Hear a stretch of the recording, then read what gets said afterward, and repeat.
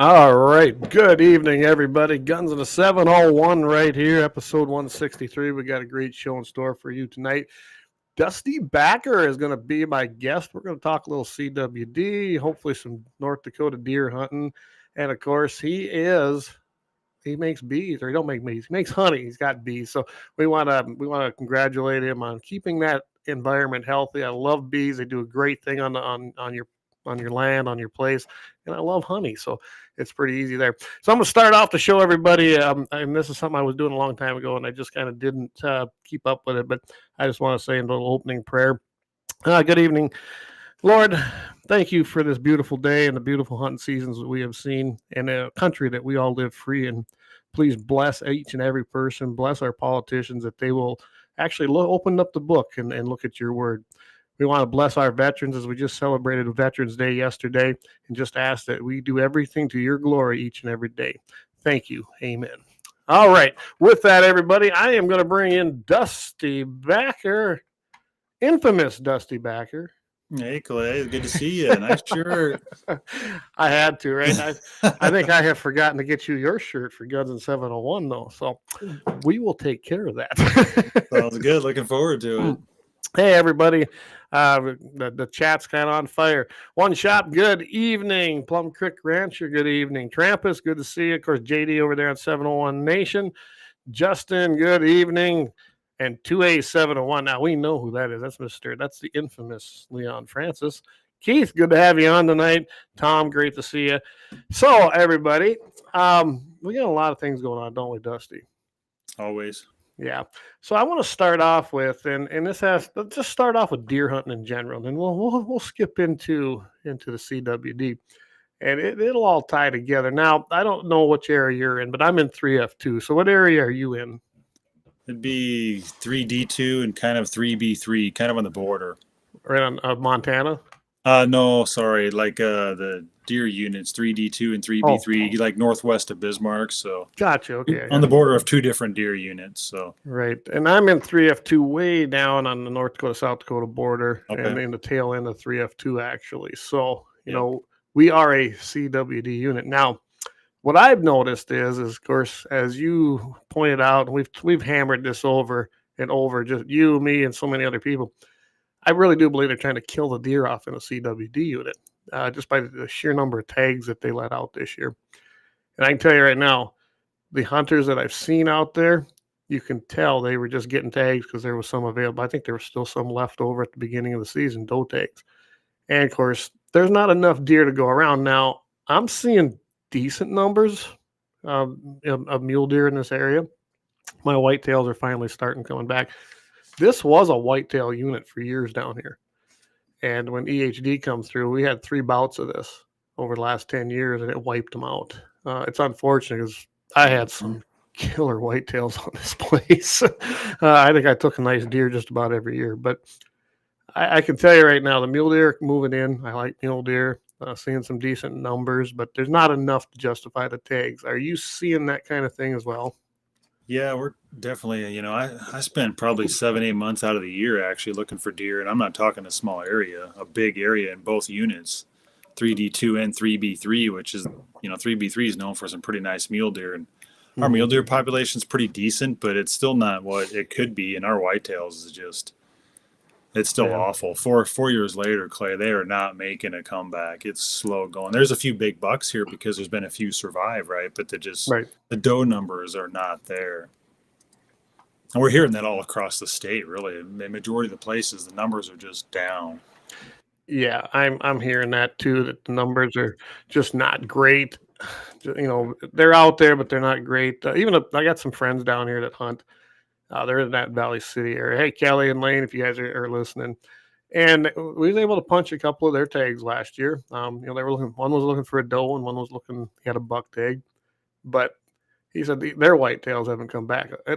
Is it me, or does it seem like the whitetails have taken a harder hit, and no one seems to care?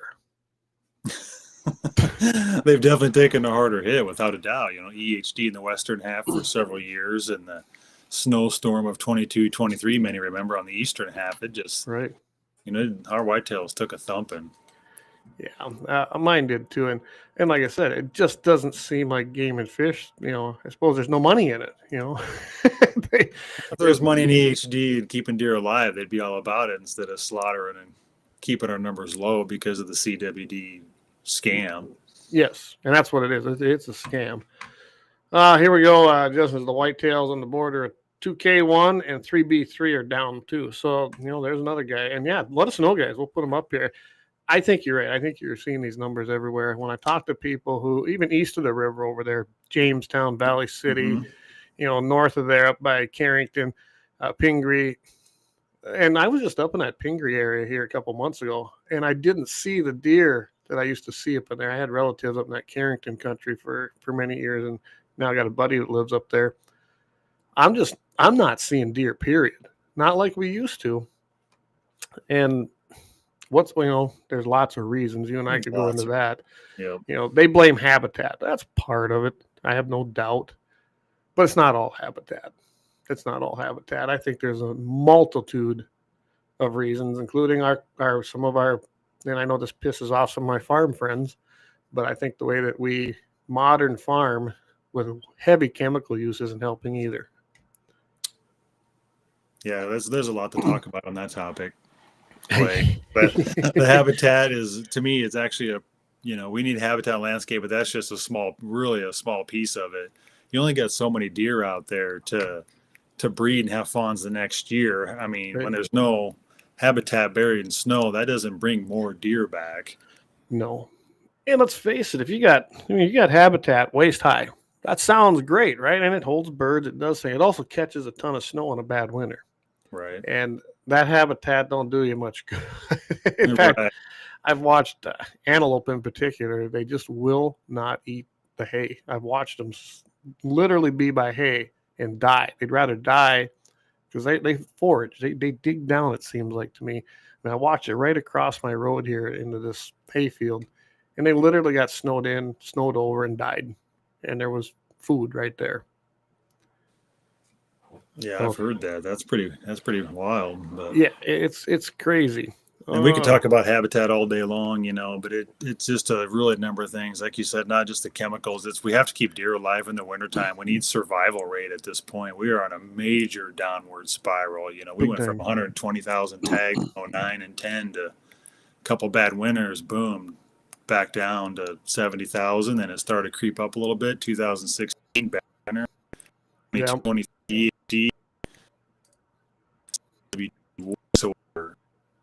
No, absolutely. It's crazy out there. You're breaking up a little bit there, Dusty. We'll see if we can make this work here, but if not, I'll have you log out and come back in because it's breaking up. But it's more than just habitat. It's like I said, it's a multitude of things. And I've been living on this place for 27 years. When I first come on this place, there was deer everywhere. I mean, you might not have found the biggest buck in the world, but there was plentiful deer especially if you just wanted to, put a tag on one and then fill your freezer and have some good eating all winter. It's getting tougher to do that. It really is. My place ain't as bad, mostly because I really restrict the hunting on it. I only allow so many deer to be taken off this place, and that's called management. I also have a good management where I do not graze it down to the nub. I like to see some cover in there, and with that, I seem to have probably more birds and deer around than most people do. It's a well-rounded management plan, and we're working on more. I'm going to put some trees in. I'm going to put some different crops in there that are strictly for things like birds, deer, and bees, which we're going to talk about a little bit later. I think it all is one big circle, and you got to keep it alive. Absolutely, it is one big ecosystem. And you bring up a good point too. It's not, it just takes all of us, and that's what I want people to really understand. There's so many things out there to divide the people, but it takes the sportsmen, it takes the landowners, it takes all of us to actually truly manage the deer. We need to quit relying on these agencies that are doing a terrible job managing the deer, pushing the wrong narratives, talking all about habitat. There's so much more to it than that. And to me, us real sportsmen and landowners, we're the real land managers. Well, we have to be. If I don't manage this place correctly, I don't have hay. I don't have pasture for my cattle. I don't have the other things that my deer and my birds. I like to hunt. I might be a landowner, but I also love to hunt. So I'm not going to do the things that are going to abuse the land. And I don't think there's enough. I don't know. There's not enough people mindful of that. I see so many things around here, and unless they're getting paid too, which that's a whole nother can of worms. I take no money. I don't participate in any program. I don't need their help, and I want to do it from what I think is a common sense standpoint, and I don't need to follow their rules, regs, and plant what they want and do it. I'm not going to participate in that.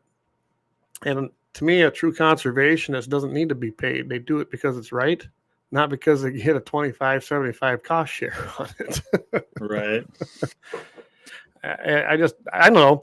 Maybe I'm off the wrong track here, but I was never a big fan of CRP. I was soil bank before that in the 80s. I'm still not a fan of CRP. I think if you're willing to do that, do it. There's a lot of ways to make that land make a profit, even putting into natural vegetation without having to take a government payment for it. That's my stand on that, I guess. No, absolutely. And if people, if there's funds available out there to make the landscape better, for wildlife, I think that's a great thing also. But we were blessed, we pretty much were we only hunted and fished on permission land only. And it's about building relationships. We were just blessed enough to save enough money just a couple of years ago to purchase a little bit of land, not a big tract. Right. And my wife and I spent all of our own money. We planted about 4,000 trees. We ended up putting like 25 to 30 acres of switchgrass a couple of years ago. And there's a bunch of native prairie in there too, but the switchgrass in the second year is absolutely amazing. I'm glad you bring that up because I just was looking at some switchgrass seed because I got a little area I'd like to try it out on, and it looks like it'll do well in this area. There's no doubt about that. Yeah, man, it's done incredible. They say year 3 is when it took off, and year 2 this year, it is like unbelievable, 4 or 5 feet tall already, and the birds. And this little prairie went from not seeing a single pheasant clay or not even a deer on it. Now we harvested a couple bucks off it already, a couple of real nice muleys and 50 plus birds in it in a year's time. Awesome. So now you just sold me on it because like I said, I've got a few little places I want to try. I've got 2 quarters that primarily are my hunting quarters. That's like my little oasis. Not that I don't have game on other parts, but that's the 2 I've been managing and trying to build into what you're talking about. I want the game to want to be there and not leave. Don't have to leave. Granted, I can tell you right now, those 2 quarters seem to be the breeding grounds of every whitetail in the area, it seems like. I didn't know that when we moved here, but it definitely holds them. You might not see nothing there all summer. About August, you start seeing the does move in, and by September, the bucks are, they're starting, and then when the rut comes on, there they are. But EHD literally, you should have seen the dead deer I found around here. It was sad. I allegedly have some antlers that you're not supposed to see and pick up, but it was kind of sad to see them all and see how many died. Nice. I'm talking palmetted and 150 to 180 class whitetails. It's nothing. I mean, that's herd building there. Right. That's just so disturbing. We were the same way. Found a couple 170s, but I did actually get the warden out, so I have legal tags on them. But it was so sad. I've never, we've lived here since 2009, and 2021 was the best year I've ever seen. We were a year or two away from 180s to 200s, and it almost killed them all, Clay. But back to the switchgrass. If you want to plant them where your whitetails are, it's expensive seed, but just prep work is the big thing. Make sure you start from zero and get that switch. You're gonna be amazed at the wildlife. So while we're on that subject, so I've got two little areas that I have kept worked up because they were full chemical. Now they're free of that. I've got the organics back in. There's actually earthworms in them again, rather than it being a dead piece of ground. So, what did you start by just smoothing it out, tilling it up, making that land nice, or what was your process of doing it? And just so ours was an 80-acre piece of native prairie that had never been cut or sprayed or anything. So it was just basically matted grass, like a foot tall, super matted grass. Well, I had some friends and neighbors down there. They went in there and basically sickle mowed it, raked it, because there was quite a bit of rocks, and got it down to dirt. And then I did spray it once in the fall, that October, so nothing came in the spring, and then I had it drilled in the spring. About May. Once the rain started coming, wait till your soil temp gets about 60, 70 degrees. And then you can hit it with some simazine too, just to keep anything from coming, so there's no competition that first year. And the second, third year, it just takes off, and then there's no maintenance. Oh, I'm glad, because like I said, I'm planning to put some in that along with some sandfoin. I've just heard great things. Back to the guy that has bees on this place, and they've had bees on this place. It's a generational thing, so they've been here forever. But I think he really likes me because I'm really actually interested in making it so the bees will thrive and do well here. And he's excited to hear I'm going to be planting some of that. Yeah, that's fantastic. Any pollinator blends, even like not necessarily in with the switchgrass, but like little pockets of pollinator blends would just do wonders for bees and wildlife, bringing in the bugs and butterflies for the little pheasants and all that stuff. You bet. And bugs are important. I mean, not every bug is horrible. And I mean, I see so much. I get it. When you're raising crops, you got to take care of a lot of bugs. But when you do that, generally you take out a lot of good stuff too, unfortunately.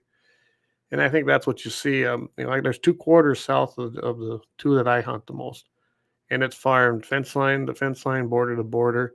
There was a nice crick in there. It's gone. They farmed through it, kill it, spray it, plant it, spray it, kill it.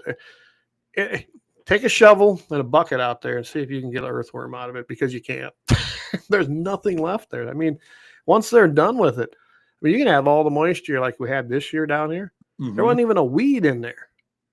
That's how dead that soil is. And it's so compacted because they haven't done nothing with it for years. But yeah, I guess I'm not a greenie. I wouldn't call myself that, but I do believe there's a certain balance for all these practices, but you don't just do one all the time. That's what my thought on it. Yeah.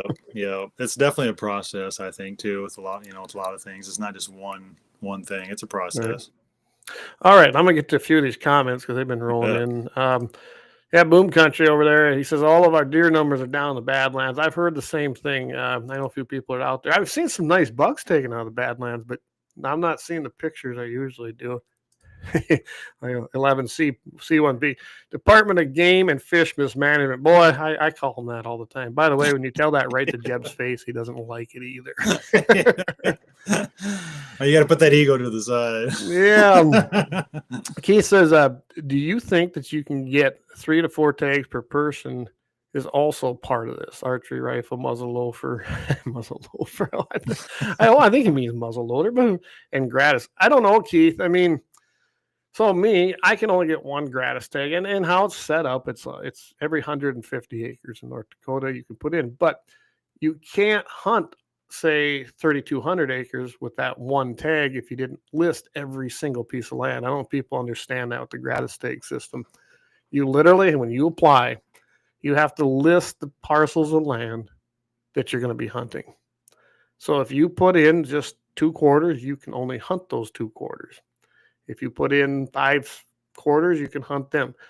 So, myself and both my boys, we each get, a gratis tag each. And we choose different pieces of land. But I can only shoot on the ones I have on my gratis tag. I don't know if that makes a difference, Keith. I do think having so many, I think what you're going to see with the low population of deer, and now they're already talking. I don't know if you heard about this, Dusty. They're talking about trying to set up something like they did with the damn antelope system, where they take 50% of the tags, and if you hit that 50% threshold for gratis tags, then you go in a lottery. Well, that worked really well for them this year. I know so many antelope hunters that they didn't get on land to even get a chance, and they used 5, 6, 10 years of points to get that tag and nothing. So nice job, backcountry and Sean Cleary. Mm-hmm. Exactly. You I did hear that topic though. When it comes to the deer too, we definitely need to hit on that, Clay, a little bit at some point. Yeah, I think eventually you're gonna, if this keeps moving in that direction. I got nothing against the other seasons, but I think you're going to see it move into a one tag system. I mean, I don't know how because if they try to mess with the gratis tag system into deer hunting, right? They think they got problems between landowners and hunters now. I don't suggest they go there, honestly.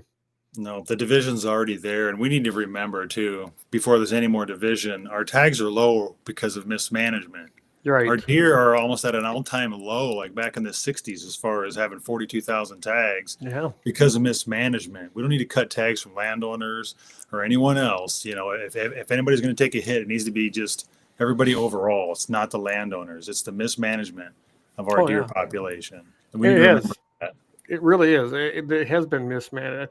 You know, a lot of people say they do a good job on fisheries. I guess you could say that. I mean, I fish. I like to fish. I'm not very good at it. I always try to go with someone who knows what they're doing, so I catch fish. Love to eat fish. But I do believe that, when I come from South Dakota, and I do think that North Dakota has better fisheries as a whole. And I'm not talking the big lakes like Sakakawea, which are great, but they do a lot better job, especially with their smaller ones, it seems like. And it does seem like there's more fishing opportunities in North Dakota than there ever was for me in South Dakota, unless I wanted to travel way the heck out of the area. So, I mean, we got Shade Hill Reservoir. It's not great. It used to be you could catch nice walleyes, and the things they implemented down there, now you can catch a whole bunch of little ones you can't keep. That's a whole nother subject. And but I do think they probably do a better job of it. But when it comes to especially big game, I think North Dakota stinks at it. I truly do. Well, it just goes to show. I mean, we're seriously on a downward spiral after years, Clay. It's like they need to do something different. Like, how about actually working with the people, not just the landowners, but the sportsmen instead of their groups? And you know who the groups are that sit at the table. Oh, I do. It's not working. It's not working well for them. They've lost total trust with the public and majority of the sportsmen. So something needs to change. It's going to get interesting here. So I've been appointed to the North Dakota Outdoor Heritage Fund Advisory Board. That's great. That will be an interesting board meeting, the first one, I imagine. I think Kelly and I am pretty sure on some things we're definitely right there. And I know he mentioned that he liked the fact that, landowner, I'm involved with ag. And I really don't think that's represented very good on that board. And it's all them groups you were just talking about. For some reason, they all have a seat there. And it's funny when I go look at the past meetings, they all seem to be within kumbaya of each other. I'm not going to be that guy. And, I'm part of Farm Bureau, so I hold Farm Bureau seat. They get a permanent seat there. And I feel that that's my job to represent North Dakota Farm Bureau on there, not necessarily my personal feelings, but my personal feelings and Farm Bureau's pretty much align the same way when it comes to our thoughts on that board. So who knows? I know some of the things I'd like to see done with that $15 million, but we shall see because I'm only one guy. That's all right, though, Clay. I'm glad you're in there. Yeah, I'll give one thing about it. We have a platform. I can give reports to anybody about what's happening. That's great. Because I don't think you can go in there and read the minutes. I noticed the website is not updated real well, and it's vague. Okay. I always hate things that are vague when you're dealing with things like, funds like that.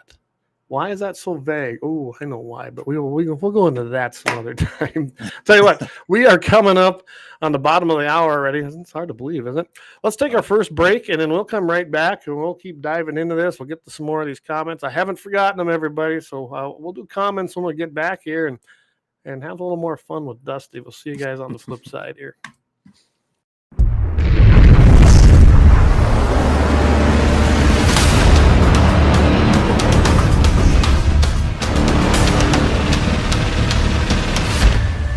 Lauer Auto Repair, located at 309 South Washington Street in Bismarck, North Dakota. Give them a call at 701-258-6308. The team of mechanics at Lauer Auto can take care of any problem your vehicle is having. And when you do business with Lauer, you can be assured you're doing business with a pro Second Amendment America First repair shop. There are plenty of other auto repair shops in the Bismarck-Mandan area. But why take a chance at patronizing a shop that might not have your beliefs at heart? Make no mistake. Make no mistake. Lauer Auto is your pro Second Amendment repair shop. When you talk to the guys at Lauer Auto, don't forget to tell them that you heard they are a sponsor of Guns and the 701 and that you appreciate their support of our pro Second Amendment, pro North Dakota live stream and podcast. That's Lauer Auto Repair, 701-258-6308.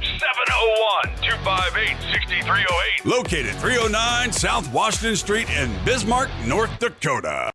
When you want it done right, Go where lemons go. Kalon's Auto Service, owned and operated by Kalon and Misty Foss, lifelong locals with over 25 years experience. From modern rides to classic restorations, they can handle it all. Top quality work, fair price, and honest hometown values. Located just 1 block south of Highway 12 on 6th Avenue West in Lemmon, Kalon's Auto Service, serving you with all your auto repair needs.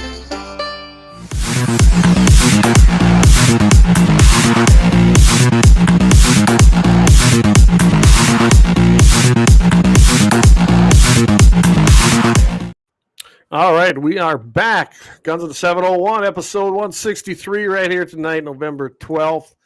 And we, of course, are powered by Lauer Auto Repair. Doug and the boys do a great job. It's hunting season. Get in there. Get your vehicle checked over.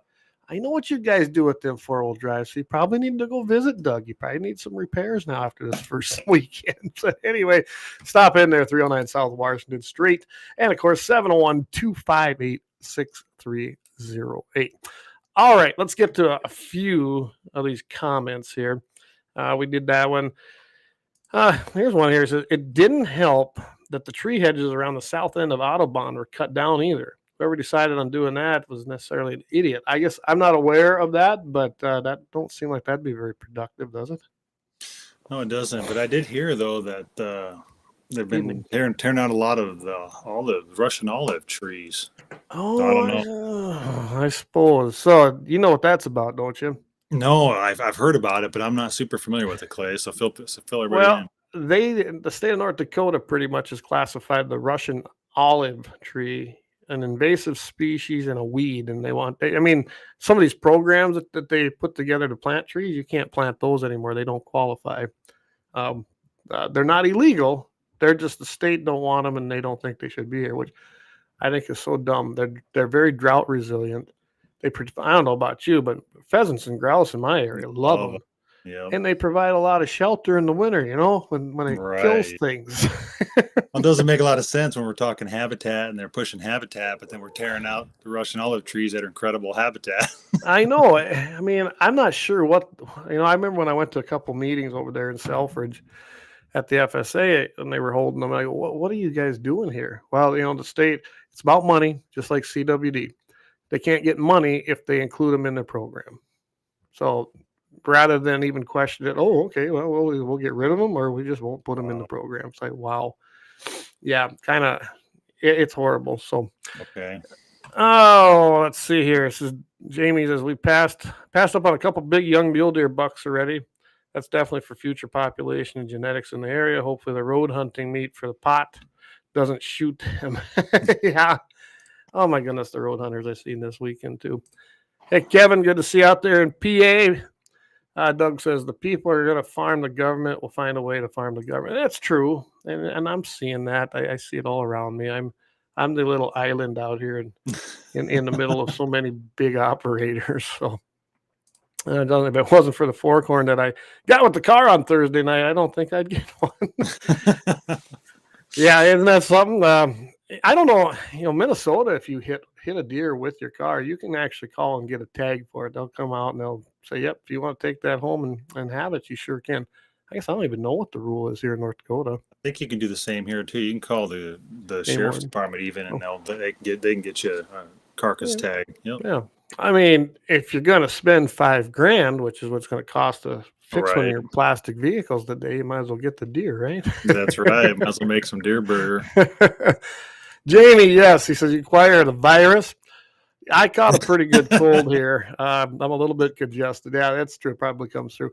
I feel fine, but yeah, I did evidently catch a little bit of cold. I know that my one son brought it home probably. He was in town.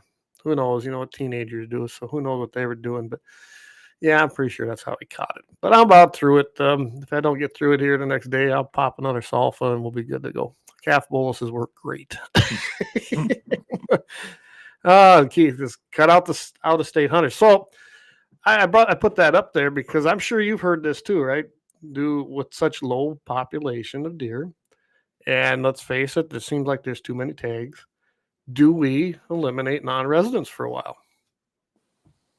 You know, that seems like something that, you know, maybe should happen. I mean, it's hard to give, you know, it's to me, it's not fair for the outfitters in North Dakota because a lot of them get non-resident tags, but if our tag numbers are that low, but again, I don't want to single anyone out. Like I don't want to single the gratis out. I don't want to single the non-residents out because that's really not the overall issue.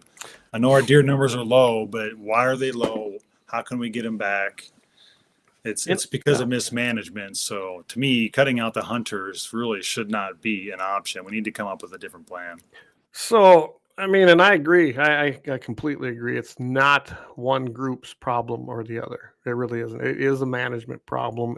We've been seeing it I've been seeing it for years. You've been seeing it for years. I've been fighting with Game and Fish forever. Their idea is throw more money at it. We'll make more habitat.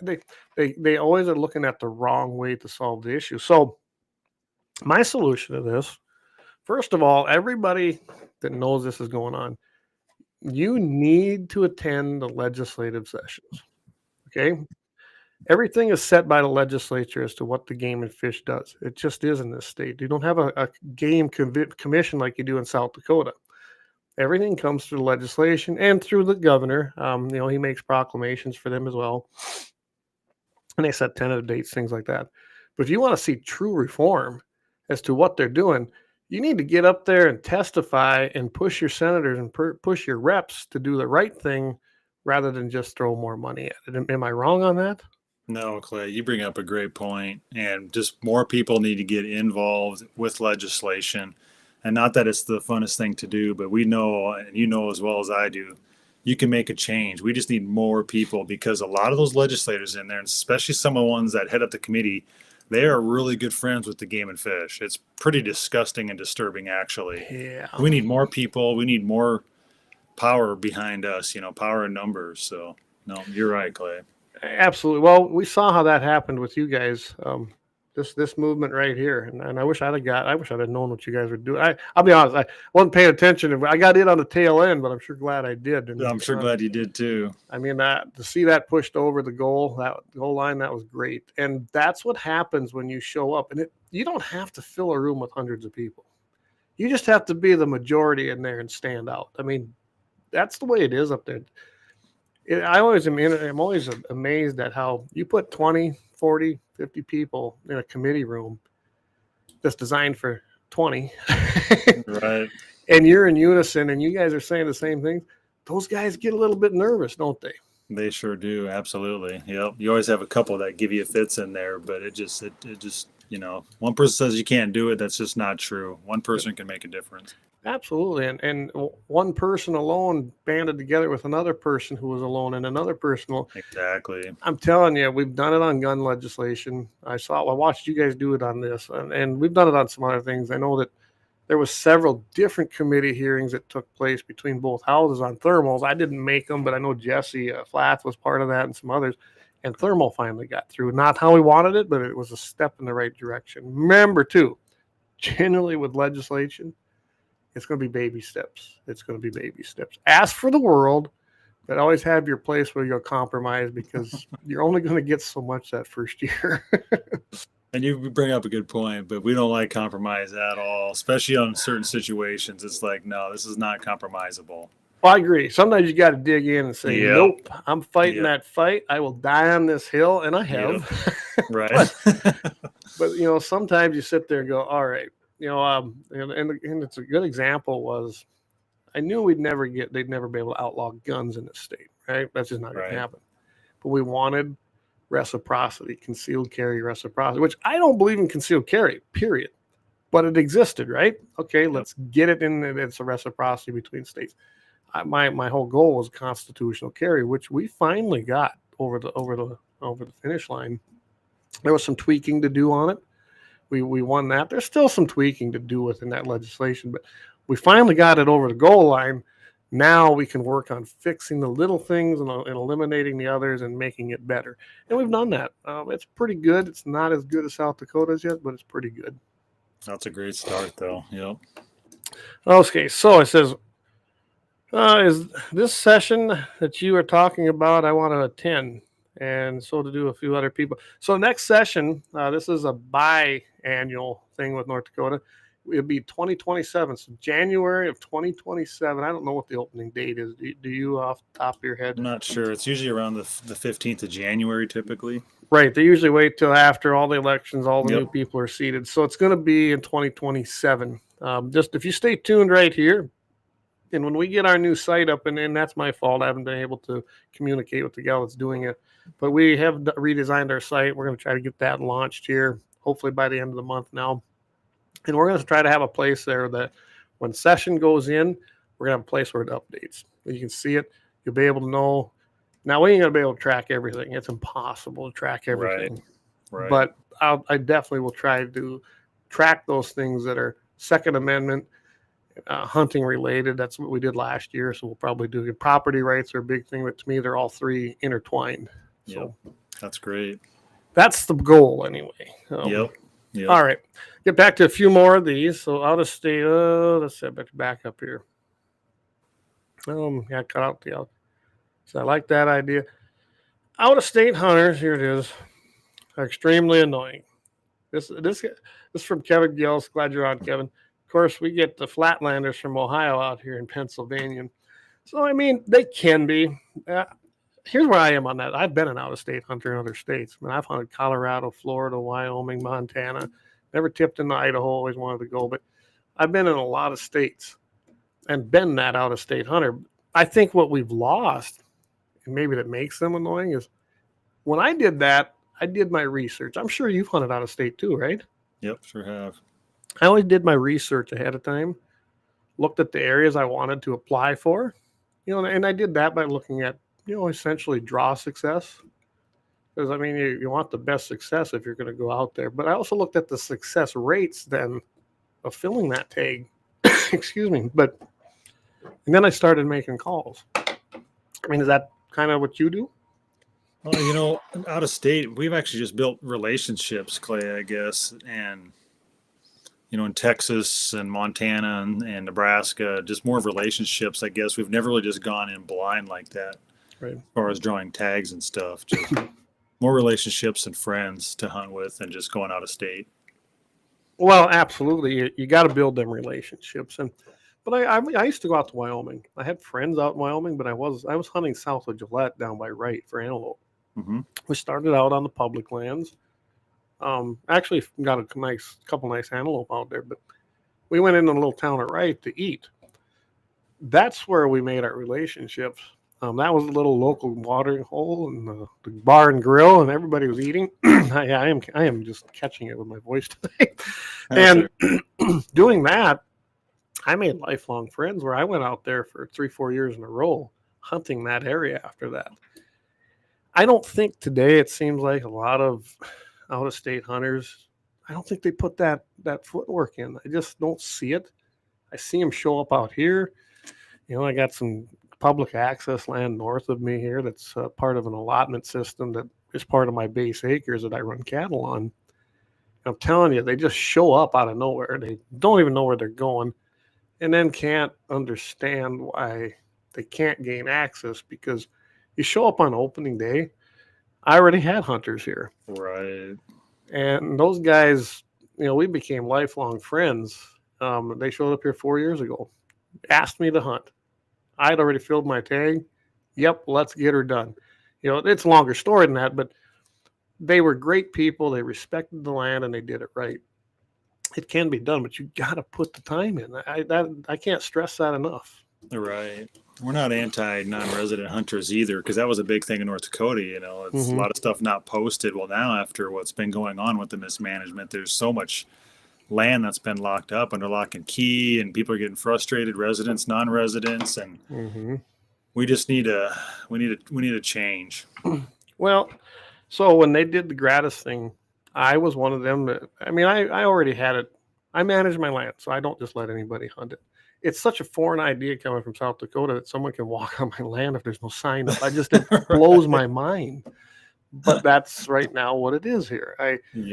It's just such a foreign thing to me. So I do that anyway.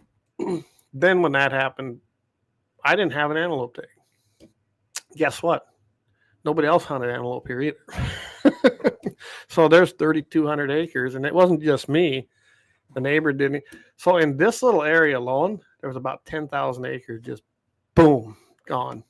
Locked down, geez. And that did take a dent. And yeah, so they increased the tags from 80 to 160 in 6A for antelope season. They hit the 50% threshold. We went into a draw, and I don't know how many they had. They haven't showed me the number for gratis. Isn't that funny? Okay. Yet. So, but it didn't work very well for them, because now you have, 160 people out there, or 160 tags out there. Sure. That was just here where about 10,000 acres disappeared and vanished. I don't know what the rest of the unit did, but I heard a similar thing. And you had all these guys running around trying to hunt 2 quarters here or an 80 there that's public access. There's not a ton of public access around here. And then they got, like you said, frustrated. Of course, it's the landowner's fault. I got told that by. I go, well, it's not my fault. But no, and I don't have that many antelope here anyway. But I did have a pretty nice buck on. That's gonna be a lot bigger next year. Yeah, I mean, as far as I seen them there, and another thing here, as soon as it starts, even the weather changing, I just think even we're a little too far north. They leave, and I know they head south. Okay. I know South Dakota did a complete study, because South Dakota, I will say they're a little better than North Dakota. They wanted to know where these antelope are migrating, so they collared a bunch of them that were up here in Corson County and Perkins County along the border. Found out that, just like we thought, they're traveling 100, 200 miles down south to Meade, Pennington, all those counties down there, and that's where they winter, because it's a little easier wintering. That makes sense, right? No kidding, huh? Wow. Yeah. So we got a pretty good herd actually up here, and they actually winter up here too. But my wife didn't get her tag this year either, and she's had it 2 years in a row, a gratis tag, and she didn't draw either, Clay. So it's, it got all. I mean, it affected a lot of landowners. It did. And again, I don't blame the hunters, except I wish the hunters would have stepped up and said, "Whoa, wait a second, you guys do this, we're going to have problems," because they knew it. A lot of them did, but they didn't. Right. And Senator Clearly was dead wrong on this one, plain and simple. Yeah, I have no issue calling him out. You don't. You call it out when you see it.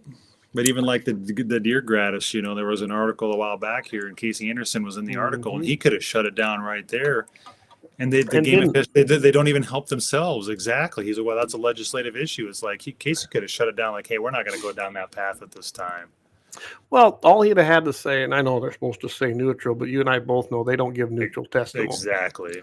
But rather than saying it's a legislative issue, whatever, you know what? Take your bureaucratic bullshit, because that's what it is, and cram it. What he should have said is, listen, we have a huge divide between landowners and hunters right now, and it got worse with the last bill passed. There's nothing stopping him from saying that. That all is factual information. Correct. So he could have said, I don't know if it's the right idea, but it definitely didn't work with the antelope tags. And end of story.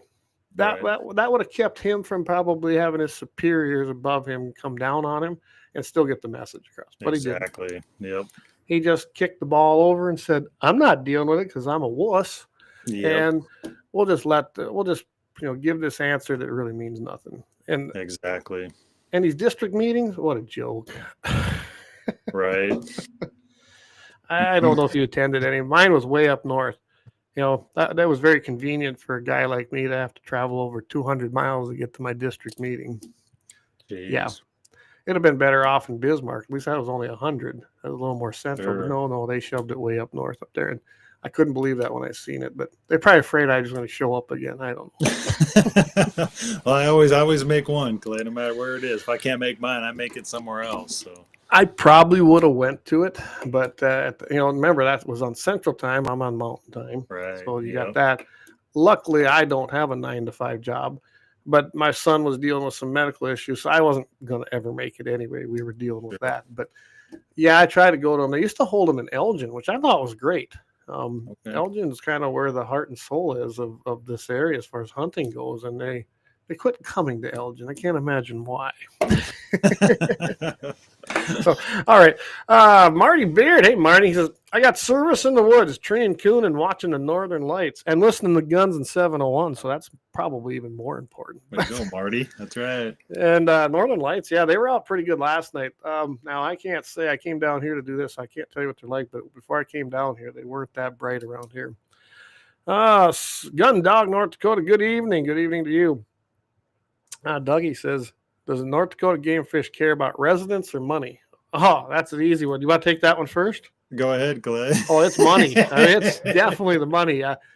You've probably heard me say this, but I call the North Dakota Game and Fish the biggest fee hunting operation in North Dakota. And that ain't just this one. Any state, your game and fish department is the biggest fee hunting operation that doesn't have to give you results. You get an outfitter, if they don't give you results of some sort or service, they're not in business long, right? Exactly. I'm more than happy to pay someone who's going to give me excellent service. So North Dakota Game and Fish controls the tags. They control the number of tags. They control the fees. And how much service do they give you? None. Instead, they set up roadblocks like you're the mafia coming through, seeing if anybody broke the law in checkpoints like a DUI. Yeah, they're the biggest fee hunting operation in North Dakota that gives you zero service. I mean, am I wrong? Well put, Clay. Feel like Charlie Kirk. Prove me wrong. Prove me wrong. That's right. I don't know. I watched this. South Dakota dealt with this open fields doctrine down there for years, and then they created South Dakota lockout, completely shut down Western South Dakota. And I mean, it didn't matter. Theirs was a complete lockout. If it didn't matter if you were family, didn't matter if you were friends, them themselves didn't even hunt their land. There was no hunting going on in Harding County, Perkins County, a lot of them western counties at all, because then they had no reason to trespass on your land. And that was the whole day. Their open fields doctrine was just as bad as up here. And finally, when Christy Noem got in there, and people can yell at me all they want, but she got rid of that. And kudos to her for doing that. We need to eliminate open fields doctrine here too, as far as I'm concerned. Yep. I don't know if you've ever dealt with any of that, but game wardens have an awful lot of authority that really isn't constitutional in my mind. Yep, and not constitutional whatsoever. I literally stopped the one that was going to drive into my private property last weekend. We weren't hunting.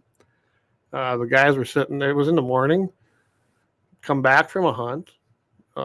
Just sitting there BSing, no guns. Just they had their orange on, and she felt that was enough cause to drive into my private property, which, by the way, she didn't make it onto my private property. And the reports were that I know people. She sent in reports that I was intimidating, and she felt uneasy. Well, next time, stay the hell off my private property, and you won't have to feel intimidated. Exactly. It's that simple. I don't care who you are. I'm not letting you on the property. Not unless you have a reason or you got permission. It's that simple. And I don't care if you got a badge and a gun. I don't have the badge. I got a gun. I mean, we can go down that road. And I suppose that's what scared her the most, even though she didn't see my gun. But I carry all the time. But maybe I have a reputation, and that could be it. You are known. Yeah. Dougie says there's some nice lights out here too tonight, Marty. In the session, I talked about that a little bit. Let's see. Okay, here's Kevin again. The guys I deal with don't make plans. They just grab a license. Next thing you know, they're walking on your leash, ruining my hunt.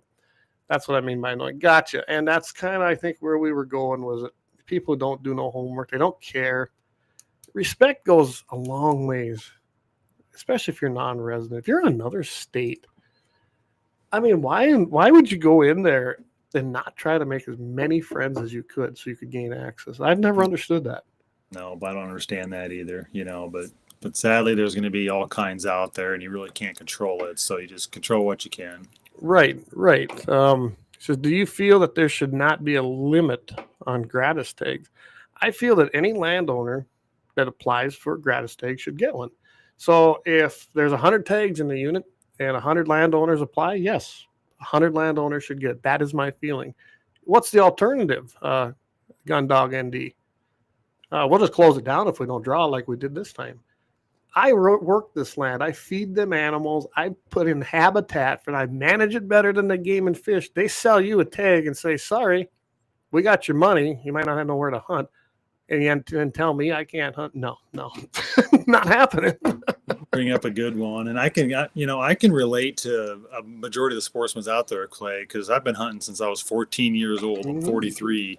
And it has all been by permission, except for the last couple of years. And, thankfully, we're blessed enough to have thousands of acres, but it literally is spending time with the landowners, I mean, they're majority of them are my friends now. It's making relationships to find a place to hunt. So I don't feel sorry for anybody who doesn't have a piece of land to hunt, because you can make it work. Go out, fix fence, go work cattle, just go to have coffee with them. If you put in the effort and want to do it. Exactly. It's that simple. And don't email somebody. Don't call them the night of. Right. You're probably going to get opening day. Show up opening day and roll in here at 30 minutes before 6 o'clock and knock on my door. No, I'm going to tell you no. And yes, that happened. Not this year, but I've had it happen. I'm just telling you, that stuff don't work. And the people I do have hunting here, I don't have my place completely locked down. Some are family, some are friends. And there's enough of us now on this piece of land with the amount of deer that are on it that I'm not going to let any more hunt. There's just not enough deer. I'm not going to kill everything on this place. Right. And everybody who's hunting this year isn't allowed to hunt a whitetail, including me. I don't have enough whitetails left. And they're starting to make a comeback. Let's give them a chance. Lane, hey, good evening, Lane. He's one of the guys that actually punched a tag last weekend, so congrats to Lane. I should have thrown the picture up here, Lane, but he made a hell of a shot, too. Him and his dad both. There was a doe and a buck out there, and they just drilled them. I was so happy for them guys. Towards the end of the day, got them field dressed, thrown in the pickups, and just enjoyed the rest of the evening. So it was a good hunt. That's what it's about. Hunting is supposed to be fun. You're supposed to be around people you like. Making friends, I don't know. I didn't start hunting until I was 16. I didn't grow up hunting. And I decided I wanted to give it a try. A friend of mine, his dad took me. I am the guy to take a kid hunting because that's how I got involved. I've been hooked ever since. And I do feel sorry for some of these people that are coming up and the way things are going. Luckily, this land, and we just signed paperwork today that will ensure this land should be in the family forever. So hopefully my boys don't have to worry about it, but it's going to get tougher, isn't it? Oh, absolutely. It's already gotten tougher. Yeah. That's why you need to make even more reason to go make some relationship. Right. So I'll ask you this. Do you think if that effort was made, because I don't see that effort like I used to. Okay. I just don't. And it's not like when I was out there hunting where I did. People don't understand. I didn't always have land. I had to go out there and hunt a lot of public access land, and I had to make those relationships. You think if that happened more and people started saying, gosh, Dusty and Clay are right, Jamie and them guys are right, we should maybe make that effort. Do you think then that divide would shrink and they band together at the legislature and actually make good change? I think that would be the result if we could ever get it to happen. Absolutely, I do. I mean, that's one of the big ways to unite sportsmen and landowners, right? Instead of sportsmen saying landowners aren't giving them any permission, locking everything down, how about going and making a relationship with the landowners? Well, there you go. You're uniting already. Yeah. Absolutely, that would help in legislation too. Yeah, it would. I think it would help. Because if you had the sportsmen and landowners united for a change, guarantee them legislators, they're not going to have any, they have no choice but to actually make the right decisions and listen to them. They just don't. Right. And the people need to remember too, though, we're not owed a place to hunt just because you get a tag. Right. I'm not, like I said, I can say this too because I've been a sportsman all my life. It just last couple of years we had a piece of land, and I still hunt. Majority of my stuff is still by permission. You're not Yep. owed a place to hunt just because No. you get a tag. Well, it's like me. So I hunt our place, of course, but with a gratis tag. Now, if I have a regular tag, or if I'm out hunting birds, I've asked all my neighbors, and likewise, Right. we all are like, yeah, go ahead. And I ask every year, and they're, yeah, you can, but I ask every year because Yep. that's what you should do. That's what I was taught to do. So, Yep. Leon, he goes, I thought I was a Scrooge. Damn, Clay. Hey, Blackbeard, you always got a place out here. See, that's how that works, right? You make a relationship, you're friends with That's somebody. right. So, Gun Dog, he says, I guess the question is, if you don't pull a gratis tag, then you let nobody, hunt. Let me say, I just moved up here. Sorry, including friends and family. That's actually, I let nobody hunt, and me and my sons can. Yeah. But if I don't draw a gratis tag, which has never not happened until just this year, so this is all new territory. But no, I didn't draw a gratis tag. My sons did, but they didn't fill. That's okay. My son actually got ill, so he wasn't out hunting. I'll be honest, I didn't feel like going out. But the only people that were going to be allowed to take antelope off this place were my two sons that actually had tags. And that's my choice. It's my land. That's right. And it's because they took our gratis tags away from us. I mean, they can say they didn't. It's only fair. Well, how fair was it when nobody got to hunt? Because it happened all over. And like you said, build a relationship, right? That's right. Yep. But And more nobody- landowners, are awake now too. So next legislative session, if something does come up about the gratis tags, there's a lot more of us awake, like with your program, Clay, and stuff. So I we need to imagine be ready. if I even see it show up, in December when they start writing bills and submitting them, I'll be going, Dusty, guess what? We're going to be in Bismarck a lot. Right. You need to I'll spread let the word. You can go up and be the nice, polite guy, and then I'll be the bulldog in the background. You just let me off the chain. Sounds good. I think you're gonna have a lot of bulldogs if that pops up. Lady says, yeah, thank you. He says, a great time it was. I hope you make it down. I know your tag is Punch Lane, but I hope you make it down this weekend. I know your dad and your brothers are planning to come. So I also have a couple friends coming from that Pingree area. So we're going to have a great time this weekend. And I even now they're not hunting my place, but my friends from Alabama that come up, talk about a long ways away, right? They're going to be in the area, but they're hunting reservation, but they're renting a house here in town. So yeah, it's going to be a fun weekend that I probably will get no work done. That's all right, though. Put the work to the side. There Make you some go. memories. Leon says social media culture has lost the ability to be personal. Boy, there's probably a lot of truth to that, isn't there? Extreme amount of truth. I think it's made people not talk to people. I think, texting and social media have made keyboard warriors and, I don't know, recluses. They just don't go out. They don't talk to nobody, and they have an entitlement. Some of them, not all of them, but they do. Yeah. They're right there. Leon, thumbs and keyboards don't have personalities. You can take what you want off of social media. There's a lot of good stuff on it too, and to spread information, but it's all in your perspective. Leon says, you are right. Social media has had a negative impact on society. I don't disagree with that, but it was headed there before even social media came. I think it put it into hyperactivity as far as that goes. Okay. All right, here we go. So I'll put this one. So if there's 100 tags from Gundog ND and 100 landowners put in for the gratis and get them, then no other sportsman is able to have a tag. There needs to be some balance, don't you think? Yeah, the balance is I own the land. If I don't get a tag, you don't hunt. You're not going to change my mind on this. I don't compromise on this. And yes, there's 100 tags and 100 landowners want them. They get them. They get first shot. Plain and simple. And it's been that way. The posting thing, we lost that by 4 votes, and everybody cried in the legislature because I sat in on just about every committee member meeting, and all they did was get up there. I mean, person after person after person against us. It's been a 100-year tradition. It's been a 100-year tradition. Well, you know what? Gratis tags go back about that far too. So I guess we'll take the fur, fish, and feather groups, and we'll go with that mantra. It's been a tradition in North Dakota. We'll just stay with it. Well, there's actually a few deer units already, Clay, that they all go to gratis. I believe there's 5 deer units. Really? So I did not know that. That's all gratis. Yeah. Yep. I think they're in like the northeast part of the state. Okay. Yep, Must be they're all very good. low They're all numbers there. gratis. I think they are pretty low numbers. Yep. Yep. I wish I had that in front of me, but I want to say Yeah, it's we might have to talk about that, wouldn't we? So here, I know that now elk's different. When elk finally started to have enough population where they'd have, seasons, they do have a lottery. I think they started out with a lottery with their gratis. So, just an example, if there's 100 tags, which I don't think there's ever 100 tags in any unit, but let's say there was, and 50% would be the threshold. I don't even know what it is. Then they went into a lottery if it went over 50%. And that's, as far as I know, that's the way it's always been. And I think they can only get a gratis tag once they draw. And I'd have to look this up, but I think it's only once every 3 years.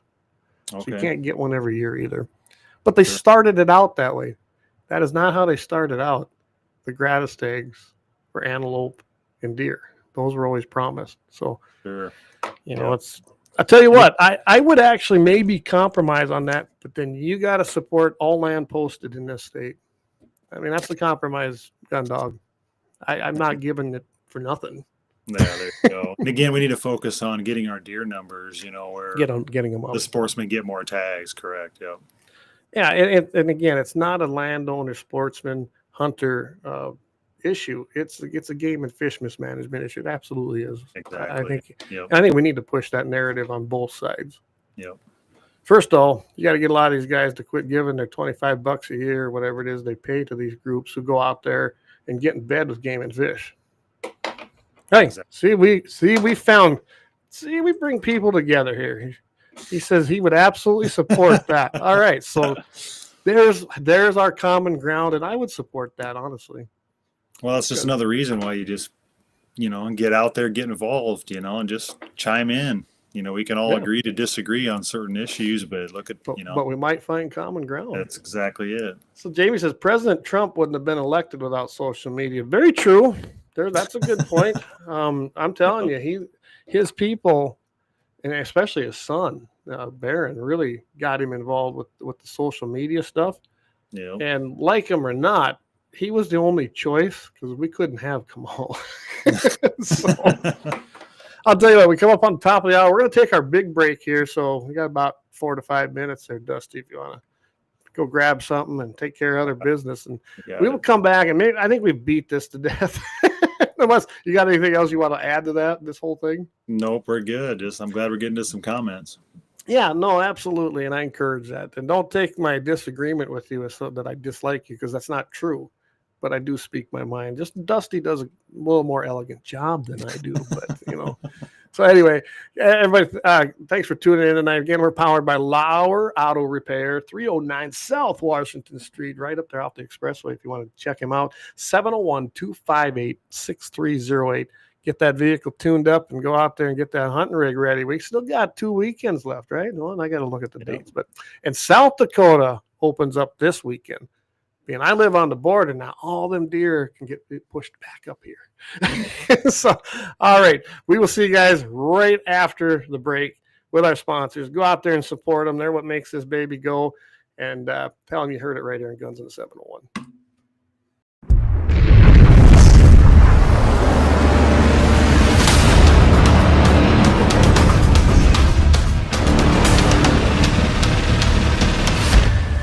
LAUER Auto Repair, located at 309 South Washington Street in Bismarck, North Dakota. Give them a call at 701-258-6308. The team of mechanics at LAUER Auto can take care of any problem your vehicle is having. And when you do business with LAUER, you can be assured you're doing business with a pro Second Amendment America First repair shop. There are plenty of other auto repair shops in the Bismarck-Mandan area. But why take a chance at patronizing a shop that might not have your beliefs at heart? Make no mistake.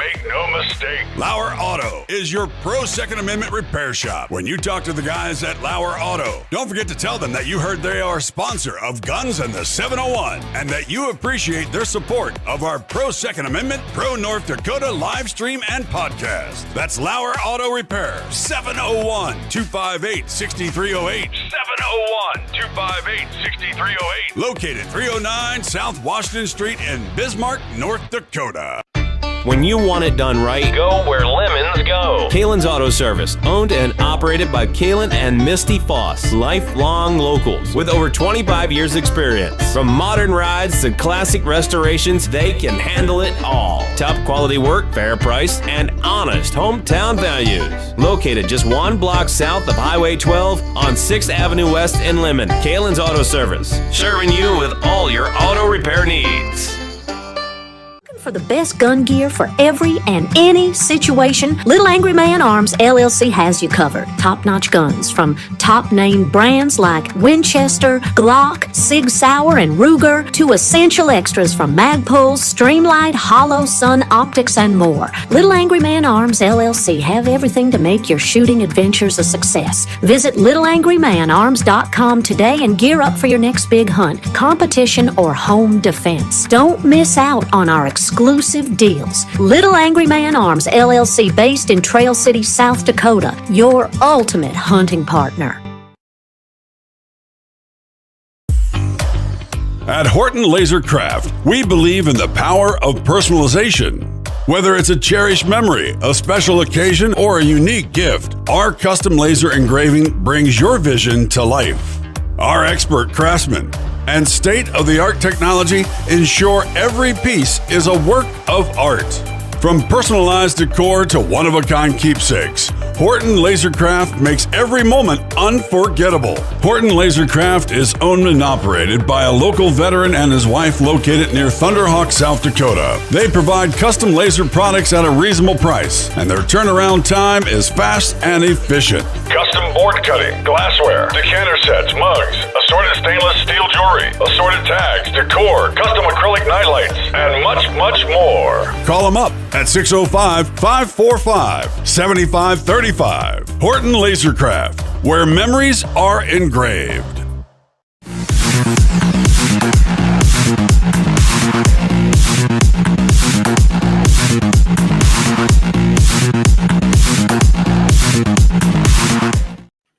All right, we have returned again. Thanks everybody for tuning in. And I see X is on fire.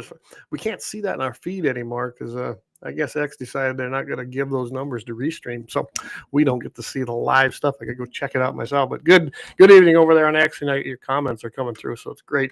Just a little reminder: Friday, of course, I'll be on Mitchell in the morning at 7:15 Mountain, 8:15 Central in the AM hour.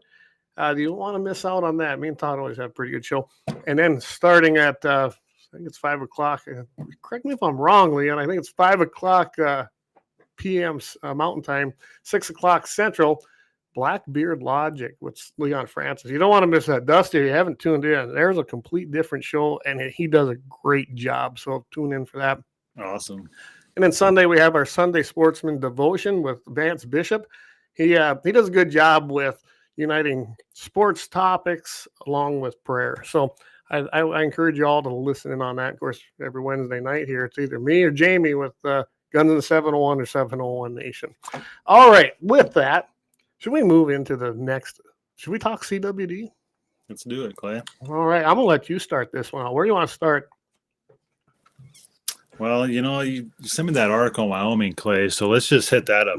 Sounds good. I want to get that covered, and then we'll just take it from there. Probably spend 3 hours on that. There's always so much to talk about here. You know what the headline was on that? I don't remember the headline. I'll read the headlines. A Wyoming mule deer herd is so riddled with CWD, it could nearly vanish. So I'll let you take it from there. Yeah, so that's all we've heard about is Colorado, Wyoming, Saskatchewan for years, and 80 to 90% of the Wyoming herd is testing positive. And keep in mind, have we not learned anything from 2020 and the PCR test and the ELISA test they use for CWD is similar to the PCR test? We've even spoken to the manufacturers, and he said they're very similar. They're not picking up no prion in the soil or feces or lymph nodes, whatever they're picking up.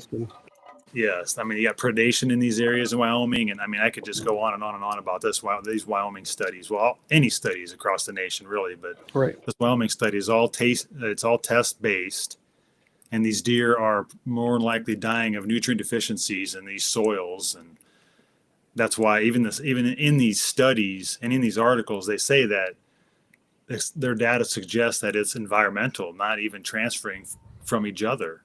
Environmental would be nutrient deficiencies. Have they ever tried like minerals and supplementation in these mule deer in these areas? Because the older a deer gets, the more stressed he's been, the more winters he's been through. I mean, I can't imagine the stress on these deer. Well, wouldn't you say that that'd be like anything? I mean, we give mineral to our cows. You give mineral to your livestock in general. I don't know about you, but I'm 51 years old. I take supplements. You know why? Because I'm not producing what I used to. Even with the change in my diet and getting the things I need, I still need to supplement the things I'm not producing anymore. I mean, why wouldn't deer need that? Exactly. They do need that. So it's actually quite criminal if they're not helping the deer through the winters and stuff, and supplementation all on their own. It's very criminal. So, I suppose, North Dakota's game and fish, I suppose their mineral program's pretty good, right?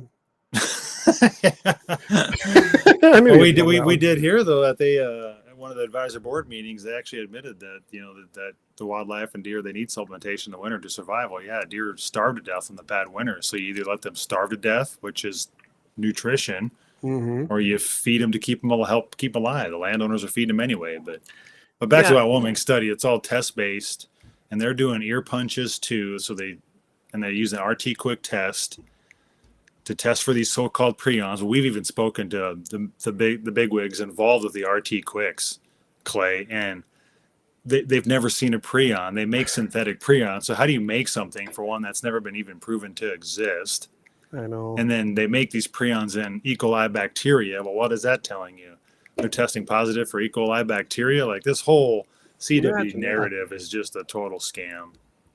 Yeah, and it took such a foothold. It always miffs me why a game and fish or legislators, there's always got to be some narrative behind it, because this just boom, and it really swept every agency and every federal agency, and they just dumped literally millions into this stuff with no real evidence. Zero evidence, actually. I mean, like, we've had this conversation. We've been all over the nation, and we've done open records requests from our game and fish. Missouri's done them. Texas has done them. There is no such thing as a prion, period. Wouldn't that be the first thing after 60 years that you should be able to show us as a picture of a prion or prion? How do you make synthetic prions when you've never seen one? Like, this whole thing is just faulty. Well, and I imagine when you do get information, this agency will cite this agency, or this university who cited this agency who comes back to this. They cite each other and call it fact without anything. I see that in everything. I mean, it doesn't matter if it's CWD, gun rights, Second Amendment issues. You see that in their studies, gun violence, which don't exist, by the way. Same as a prion. Maybe the same people could find a prion for you that won't like gun violence. Yeah. Why you throw enough money at it? The agencies will push anything, because that's what it is. And the money and the testing, CWD literally just goes away. And we could put our funds into EHD instead. We've exposed CWD across the nation, and we're very proud of it, because the more we've dug into it, Clay, it is. I'm not saying a neurodegenerative disease doesn't exist in animals, because it does. But we also got rid of that in livestock back in the 70s. Alzheimer's disappeared in the 70s with supplementation. Absolutely. And they don't talk about that either. Exactly. But majority of these deer don't even have a neurodegenerative disease. These tests don't pick it up. So let's keep that in mind. They have to have an autopsy or biopsy of the brain and spinal cord to detect it. Which they don't do. There's been 7 clinical deer in the state of North Dakota after open records request. One was actually necropsied and sent to a pathologist. We actually contacted the pathologist, and she said, "Oh, no, I didn't say that deer died of CWD. I won't say that deer died of CWD. I just look at tissue." I go, what about prions? You don't see prions, you just see evidence. Prions.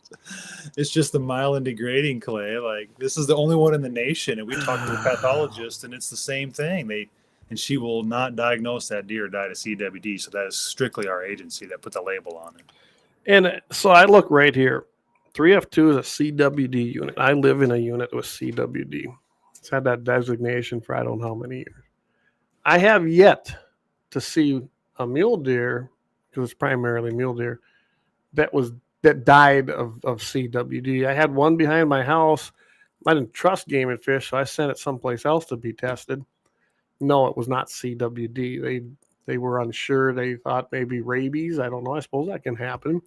But it was not CWD. So all the years I've been hunting here, which is 20 plus years, I've never seen it. Yet it's this big pandemic that I'm told is just killing every deer around here. And I know we discovered that it's not that, it's nutrition. And EHD, we know what causes that. Can we prevent it? I don't know, but we do know the cause of it, and they do nothing. Yeah. Anyway, we're kind of getting off subject there. Right. But there's a lot to talk about on that subject too, though, because they claim CWD is like CJD in humans, Creutzfeldt-Jakob's disease, while 1 to 2 people out of a million people a year get that disease. Well, that is extremely rare. That is a rare brain disease. While animals get it too when they stress or years down the road, but it's just extremely rare. These tests are not picking up a neurodegenerative disease. Missouri's tested like over 300,000 deer, and they don't have one that's been autopsied, only 5 clinical deer out of all these. How many? Over 300,000. I think they're pushing like 400,000 deer tested, Clay. And they've only had 5 clinical deer, and that's an open records request, and not one single deer was autopsied. Well, animals get sick. An animal can be spinning circles like that deer. You probably saw it. Yeah, it didn't even have anything. It was just a sick deer from. It can have a zinc deficiency and be spinning circles and emaciated. Yeah, and I didn't actually see him when he ended up. The neighbor drove in and said, "Hey, there's a deer just went down." So he was right behind my trees, right behind my house in the windbreak. He must have been looking sickly. He didn't really say. And he just dropped there. Now, it was still alive when I got there. But by the time I had someone respond here, he had already died on his own. So, yeah, who knows what really killed that deer. Right. Animals just get sick. Majority of the time it's actually probably pneumonia, because even in our agency's own documents, it's actually cwd-info.org. It's majority of the time they got to be autopsied. Well, all the time they got to be autopsied, because pneumonia is typically the case if the brain's not examined. Well, the only way to see myelin degrading, the brain has to be examined. A test doesn't pick that up. And anyone that raises livestock, we have calves that get pneumonia. We have cows that can get that. It can be dust pneumonia, caused from dry conditions, or you might get, like we had here, an inch 80 rain and it turned cold, like 10. They're probably going to get a little sick because it got soaked, right? Even though we had barns, they still got sick. Right. So we had to treat some because they had pneumonia. That's exactly what they had, and you can tell it. They hang their head, their ears are just not feeling good. If you don't treat it, they die. Yep. I can't imagine wildlife wouldn't have the same things. Exactly, they do. They get a lot of the same diseases we get. So just part of Mother Nature too. But we can definitely help them along, especially in the bad winters. Would make game change. So looking at this Wyoming story, I've got it all laid out here because it's like a 15-page article here. It is pretty long. I mean, really. So I've done a lot of hunting in Wyoming, and I can tell you, I saw the decline of mule deer long before they started talking CWD in this area because of wolves. We found dead deer that had obviously been killed by wolves, possibly mountain lions. I would love, of course, they'll never admit that, but I think you probably, if you want to know what's killing off the mule deer, I mean, there's definitely going to be some disease. That's just natural. CWD, I doubt it.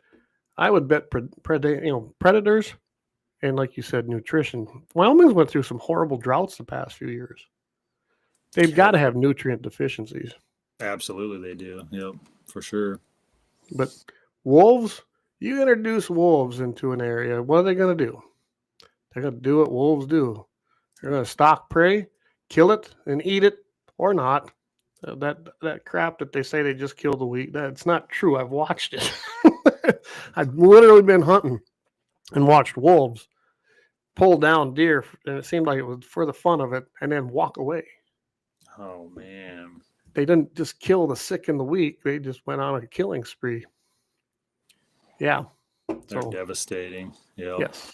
That's why I don't believe any studies out there either, Clay, because they can make those say and read whatever they want. And 60 years later, and literally over $1 billion that we know of has been spent on this. Like, when do you stop? And you still have no proof that it even exists. So it's like, it's becoming quite criminal now. Yes, it is. Somebody needs to 'cause- be held accountable.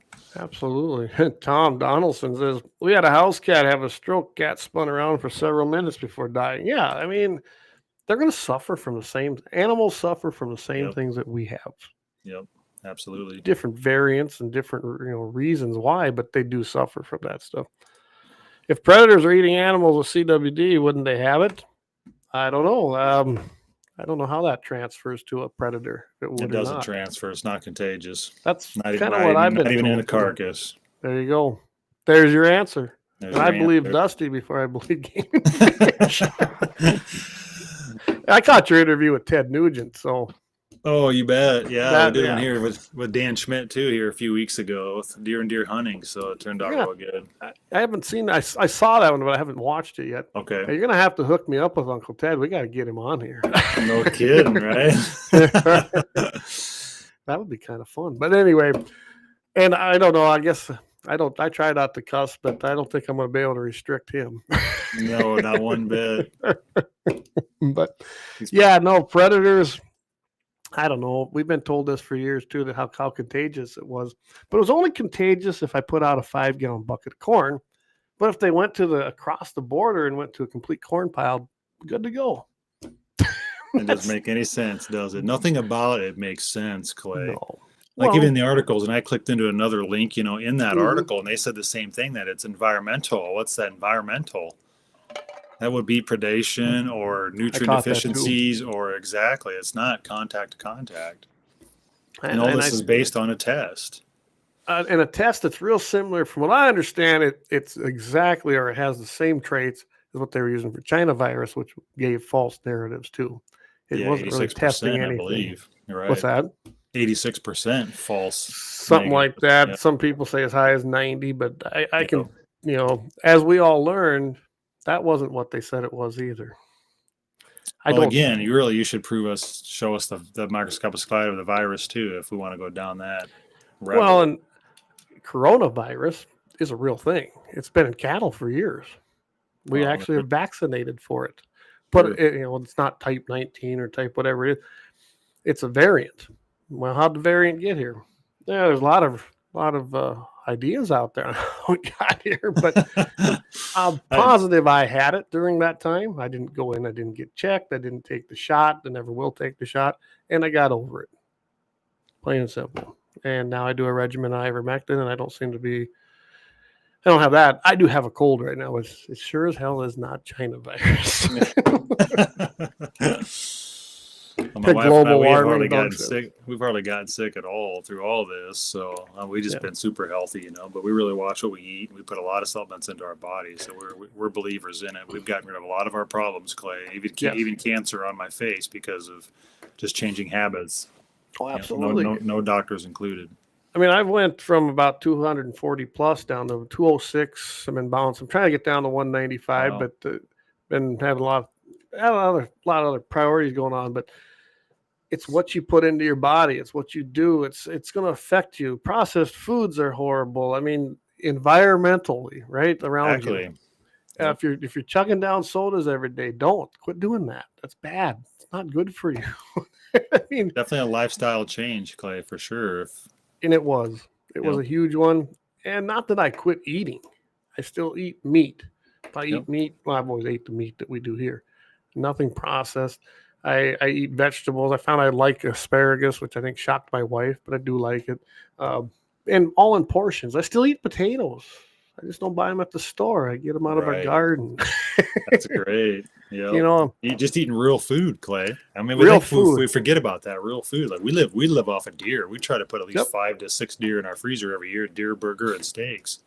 We don't even buy beef. We live off of deer, but you made a good point. Real food, eat real food, eat butter, eat honey, eat fats. Yep. So we have a milk cow. My wife milks. She'll calve here in April sometimes. So she'll come back in the milk.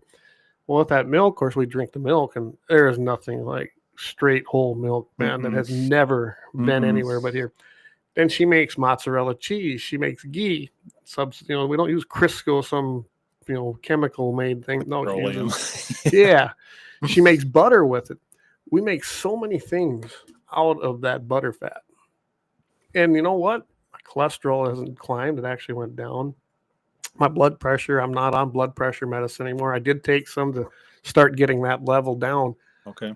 but I'm not. Now I'm in the normal range. That's awesome, Clay. But it's all by changing diet.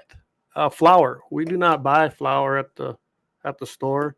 Got her a flour mill, and we buy our own good wheat seed. I guess they call them. Well, they call it something else, a fancy name. But anyway, it's wheat, and we grind and mill our own stuff here. We substitute anything in the recipes. Generally, we don't use refined sugar. We use honey.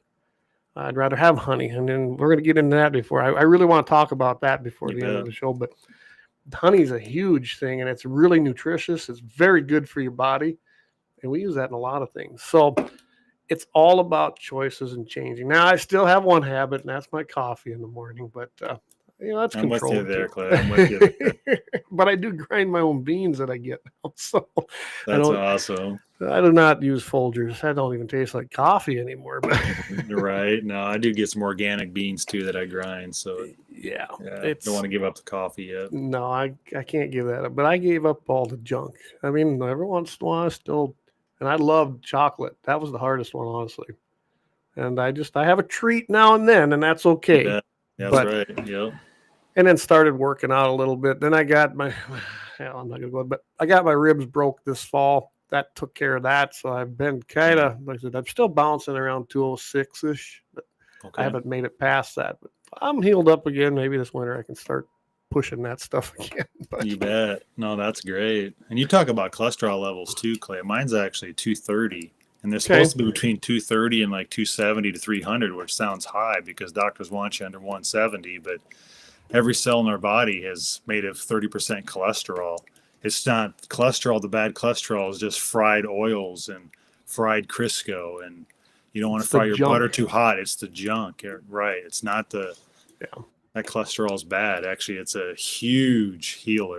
And you realize that that cholesterol level changed. It used to be higher until they decided we didn't want that. We got keep dropping it down. We got to sell you important it is. Yeah, we got to sell you a pill. Exactly. They wanted me to put it. They want to put me on a pill. I said that's never happening. But I'm good. All my levels are where I feel they should be. I feel good. I feel better. I really do it, but it takes commitment. I know when I told the doctor I was going to do that, she's like, yeah, whatever. And I came back 6 months later and said, wow. I said, well, I wasn't putting all them chemicals in my body. It wasn't going to happen. Right. Good for you, Clay. That's right. Yep. So I do believe that out in Wyoming, they have a, like you said, it's an environmental problem and not environmental like the greenies. I'm talking, they've had drought. They probably got issues in their soils. I've seen that decline out there. I think they have a predator problem. Big cats and wolves. Bears, I don't think bears are really taking that many down. I think they go after moose and elk if they go. Bears, they're kind of lazy, so they take the easy pickings. Sure. What about like 3F2? You're a unit. Even in North Dakota, still there's a couple units where they give out too many tags because they're CWD units to keep the population low. I mean, is that part of it too in Wyoming? It could be. I didn't go into that. I don't know. I really don't. I know they talked about a couple hunt areas that were in there, and they didn't say anything. And I didn't go check to see what their tags. I think I read something about not necessarily the tags, but how they want to keep it low density, so the deer don't spread the disease. But it's they did say that. So I don't know how else they do that other than kill them off, right? Exactly. Kill them off. Let's not forget, the more tags you sell, the more what you get? Exactly. Money. Yeah. So, and especially if they're non-resident tags. Right.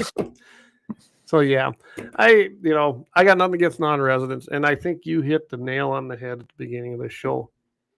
It's not a landowner hunter problem. This is a wildlife management problem, and it's been poorly managed by Game and Fish, and it just has. Yeah, downward spiral at this point. Yeah. Yeah. Anything else you want to hit on the Wyoming thing? I mean, I think we've covered this a lot on here with you and other places, and yeah, I think we have to at the CWD, but feel free for people to have questions or comments in there too. I'd love to answer anything. I like when people play the devil's advocate too and hit me with some hard questions. So. Here's one right here. So Eric, he says, I got it here a bit late, Dusty. Can you give me a quick background as to your knowledge? And I can vouch for him, but go ahead. I'm sure that he can sum this up pretty easy because I don't know. It's probably a longer story, Clay. You could probably sum it up quicker than me. We've been all over the nation when it comes to CWD. So I would say if I had to sum it up for him, he's like me. He had questions, just like I had questions. I wasn't always a Second Amendment expert. I had questions about the laws and things that were happening. Well, he had questions about what Game and Fish was taking, as we all do on different matters. He started researching, then he started going, wait a second. I think they're lying. I mean, essentially, that's what they're doing. Follow the money. Became an expert on prions. Became an expert on probably freedom of information requests. By the way, they're not as easy as you think sometimes. It just depends on who you're doing them from and how cooperative they want to be. Started looking into the laws, the management, numbers, real numbers. In fact, I'm a numbers guy, Dusty, just like I think you probably are. If the numbers say differently, I believe the numbers, not the agency. Plain and simple.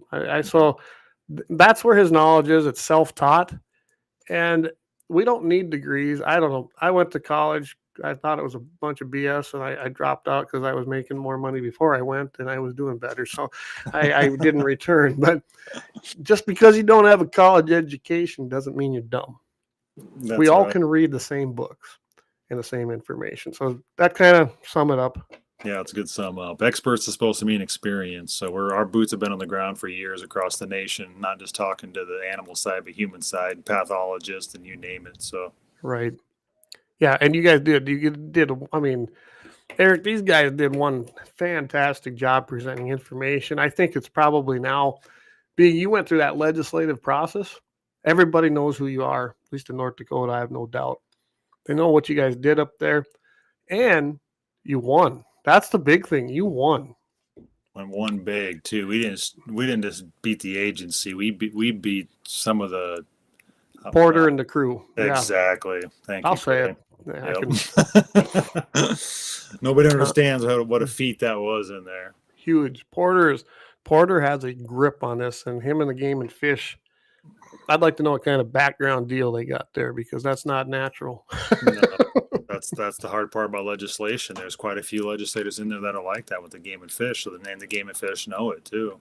Oh, absolutely. I'm sure it's stunned them. But now we've worked with attorneys in Texas. We saved a guy's deer ranch from getting slaughtered last year when we testified in front of the Texas Animal Health Commission, just like our Board of Animal Health Commission in North Dakota, and just helping Missouri and several other states. So that's awesome. That's awesome. Eric says, right on. Thank you. I'd agree with most, if not all, what Dusty has to say. Keep up the good work. There you go. And I can tell you, Eric, he knows. That's why we have him on to talk about it, because he knows what the hell he's talking about. Well, it's like everybody, you just get going on one topic. Not everybody can hit every topic, Clay. No. I mean, you're the Second Amendments guy, and we're the CWD, and somebody just needs to, get out there, hit a topic, research it, and dig into it. Absolutely. That's all about, if you don't understand it, I wasn't always a Second Amendment. I mean, I loved the Second Amendment. I hunted. I had some guns. But when I started seeing infringements back in the 90s when I was in high school, I started questioning things, which led me to start looking at laws and what's going on and why. And yeah, eventually I'm lucky enough and blessed. I pretty much remember everything I read. So that helps. That does. But yeah, I became really, I would say I'm kind of an expert on especially gun law, especially in North and South Dakota. I guarantee you, I know more of the Century Code and the codified laws in North and South Dakota on guns than most law officers that are out there. Maybe probably more than most attorneys anymore. But I live it and breathe it, just like that's you right. do with this. That's right. Yep. And anything the government's pushing, we just need to remember to turn our head and go the other way, because it's probably not true. Well, yeah, I've learned that I'll trust but verify, but I don't even do that with government anymore. I just assume they're lying to me. Yeah. I mean, I really do, because that's where we are. Really lied to about everything. So, all right, we're coming up on basically the last segment here, the last half hour, 40 now, about last 20 minutes. So we're going to do a quick break. Thank our main two sponsors. I want to talk honeybees. We haven't done that. I want you to tell us about your business. And you and I think share, and I'm new to this whole honeybee thing, so maybe I'll learn something tonight. But we'll be right back.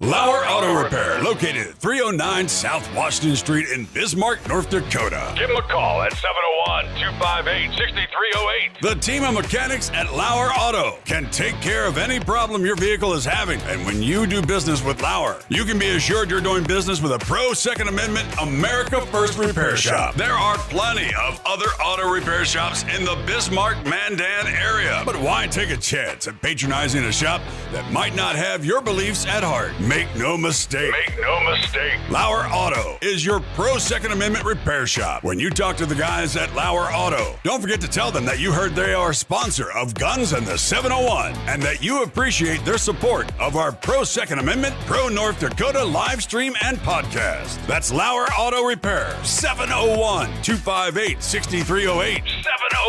701-258-6308. Located 309 South Washington Street in Bismarck, North Dakota. When you want it done right, Go where lemons go. Kalon's Auto Service, owned and operated by Kalon and Misty Foss, lifelong locals with over 25 years experience. From modern rides to classic restorations, they can handle it all. Top quality work, fair price, and honest hometown values. Located just 1 block south of Highway 12 on 6th Avenue West in Lemmon. Kalon's Auto Service, serving you with all your auto repair needs.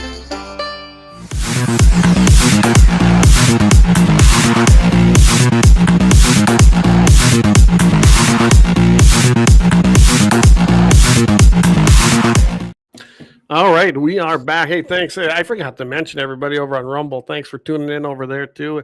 We still haven't been able to get that to feed into here. So now we got X and Rumble that aren't feeding into the viewership, but at least we got our X comments coming on. And X has been on fire tonight. I've been going over there to look, and we appreciate everybody tuning in. So anyway, Kevin says pre-ground coffee tastes like cardboard. I agree. I agree. Yep. Dougie says asparagus fried and bacon grease. That's delicious. And bacon grease ain't bad either. No, I'm telling you that. So, Right. my wife does a good job with it. I think she puts a little Parmesan. We got to give it a little taste there. And she, like I said, she cooks everything in ghee or butter. Okay. And you ghee bet. is made from milk. So That's great. Quit using Crisco. Quit using Crisco, everybody. Crisco, yeah. Horrible. Even oils. Like my wife renders our own tallow. Cooking tallow, it's great. We started doing that again here. And we actually, when we did our last pig a couple of years ago, we rendered some. It lasts a long time too if you do a bunch of it. It does. Lard is great, man. We cook with it all the time. Everything tastes better. So yeah, It sure does. Fat and butter. That's right. Tallow and butter. you need those animal proteins. We were Yep. designed for that Yep. since the beginning. So, all right. Well, so let's talk a few honeybees. And You like I said, bet. I'm new to this. We've always had them here on this place. I'm allergic to them, by the way. So I can't be around them. And I always used to, oh, guys, are getting dry out now. They're in my water tanks. But I've learned to love the honeybee. And especially after I've learned all the things about honey and the health benefits, which I consume probably a lot more than I should because it's so good. But I do try to control it. But go ahead and tell us why we need bees and what's your business, right? Sure. So we've been in the honey business for probably at least 20 years, roughly. We started in Nebraska, but Nebraska, where I grew up, my wife and I, is pretty much all corn and beans and not even much alfalfa. So it wasn't really good for honey production. So that's what Right. brought us to North Dakota. And South Dakota, North Dakota probably does have some of the best honey nationwide just because of the alfalfa, sweet clover, sunflowers, just some really good crops as far as tasting honey. But we've been doing it for 20 years, and our big business is honey production in the fall. We sell 55-gallon drums because we're commercial beekeepers. And we do jar up some honey for our landowners and our locals here too. Like my wife sells quite a bit just out of the house. But honey production, and then we pollinate the almond orchards in California the month of February. So our bees, basically, to throw the time frame in there. So from October 15th to about March 15th, our bees are in California, but they're only pollinating the month of February. They're just sitting out there where it's warm the rest of the time. And then from March 15th to June 15th, they're in southeast Texas, kind of down by Houston, where that's where we raise all of our new queens, because we get rid of our queens every year, and there's one queen bee per hive. We get rid of, and we have roughly 1,400 hives. So 1,400 queens, but we requeen every year because they're so much more productive. I was You just get going them to into ask why year, you did that. Okay. you get them into year 2, the queens aren't as productive, where she's not laying as many eggs, and the hives aren't as strong, and therefore they don't make as much honey. And then sometimes the queens will go bad and they can't requeen, and then you lose that hive. So when they're newlyweds, yeah, they're productive. Then very very fat productive. or what? No. No. Oh, Very don't productive. email me now. No. But no, it's been really good. And North Dakota's treated us well for sure with honey production. You catch some range, you get some sweet clover years, and that's just the best tasting honey too. Yeah, so I've got 2 sites on here. We're going to try to add 2 more next year on this place. I mean, I don't have the biggest place, but he thought we could do it. Okay. And last year I had a ton of sweet clover here, or I should say this year, but this season. And oh my goodness, and he does. I request, and I imagine he's doing it just by the flavor of it. It had to come off that clover. That's really good honey. It's nothing isn't it? like honey coming off of clover. And he's really good. He did his, who he bought the business from, which was the guy that was here before, did business with my father-in-law. I mean, they've been here a while, this company. So we really appreciate. He's out of Missouri. That's where he resides really most of the time. But you bet. That's great. No, it's the bees are just great for the environment and the ecosystem too. And I mean, they pollinate a third of the human diet, which is pretty fascinating too. I mean, it's over 100 different crops that the bee pollinates. And even though sometimes the farmers don't see it with the canola, like soybeans, sunflowers, a lot of times it's 10% or more increase in yield by having bees. Unlike the almonds, the almond pollination in California, an almond tree doesn't produce a nut without a bee cross-pollinating from male to female trees. So bees are very important to our existence, really, right? Extremely important to the ecosystem. Yep. And they're really ran off of frequency. We used to think that, a bee can smell a flower a long ways away, but it's more of the world is just more fascinating than we can even imagine. The flowers and what happens out there to them it's almost like music. They ran off of frequency. And that's why, like, when you have a cell phone, right, and you put your cell phone out in a bee yard, the bees absolutely attack your cell phone. That's putting off some EMFs, exactly, that they do not like. So I've researched frequency and frequency therapy and stuff like that. And I learned in that we used to actually, most music instruments were tuned to, 433? And now they're tuned to a 440 hertz, which is actually not good for us. Mm-hmm. So do you think the bees kind of run on that, and that, being there in nature, they're still using that 433? And I don't know. I mean, frequencies are important. People don't understand that either. Extremely important, exactly. And I mean, when you go into a bee yard too, and when you hear their humming and stuff and the frequencies, it's actually extremely stress relieving and relaxing, believe it or not. So that makes me think that they're tuned to the 433 because that's kind of the natural frequency. Yeah. And I've even noticed that you can actually get music, even your popular songs. Somebody has taken them and redone them to that frequency because you won't even notice it, but you will notice it after you listen to it. You have a way different feeling. It's completely, I don't even know how to explain it. Just do it. Even if you want to try it out tonight, hop on CommiTube, put in their 433 frequency music, just pick one and listen to it. See how you feel. You'll be surprised. It's a real thing. Yep.